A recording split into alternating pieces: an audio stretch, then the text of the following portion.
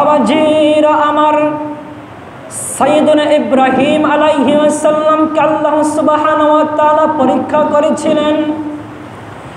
ইব্রাহিম, তোমার প্রিয় পুত্রকে তুমি কুরবানি করো, তোমার সন্তান ইসমাইলকে তুমি কুরবানি করে দাও।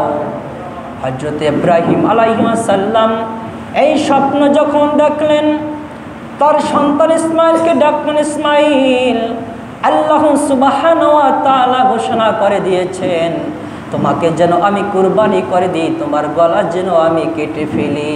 সুবহানাল্লাহ।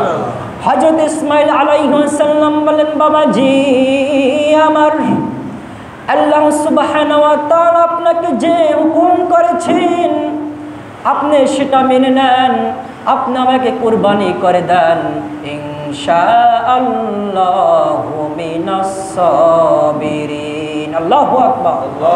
হযরত ইসমাইল আলাইহিস সালাম বলেন, বাবাজি আমার, আপনি আমাকে ধৈর্যশীলদের অন্তর্ভুক্ত দেখতে পাবেন, আপনি আমাকে কুরবানি করে দেন।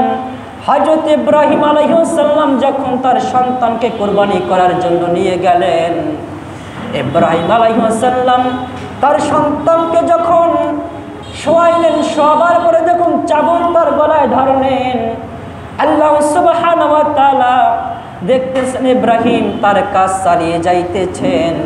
আল্লাহ রাব্বুল আলামিন বলে, ইব্রাহিম, আমি তোমাকে পরীক্ষা করেছি, ও জিবরাইল তুমি ইব্রাহিমের ছুরির নিচে একটি দুম্বা নিয়ে যাও, জান্নাতে একটি দুম্বা আল্লাহ পাক রব্বুল আলামিন ইব্রাহিম আলাইহিস সালামের ছুরির নিচে পাঠিয়ে দিলেন।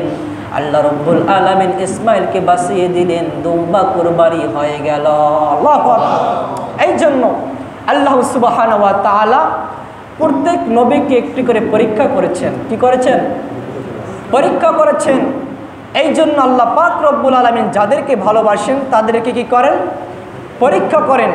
এই জন্য পৃথিবীর জমিনে দেখা যায় অনেক মানুষ নামাজ পড়ে, কি করে? নামাজ পড়ে, রোজাও রাখে, হজও করে, যাকাতও প্রদান করে, কিন্তু তাদের বিপদ বেশি হয়। নিজের ভিতরে প্রশ্ন আসে, আমি তো আল্লাহর ইবাদত সবই করি, কিন্তু আল্লাহ পাক আমাকে এত বিপদ কেন দেয়?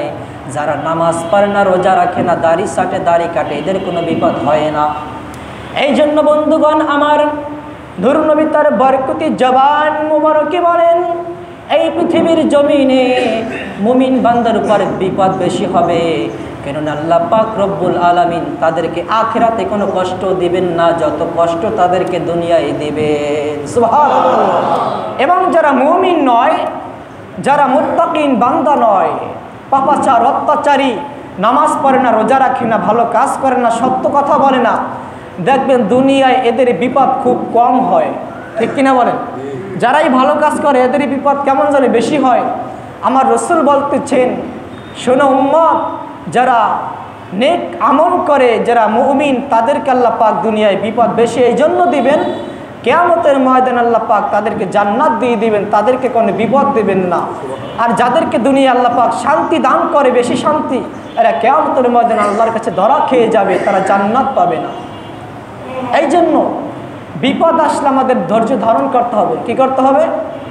এই জন্য বরকত, আল্লাহ পাক রব্বুল আলামিনের যে রহমত সকলের উপরে আসে না, রহমত এবং বরকত আল্লাহ সুবহানাহু ওয়া তাআলা এই পৃথিবীর জমিনে সকলকে দান করেন না।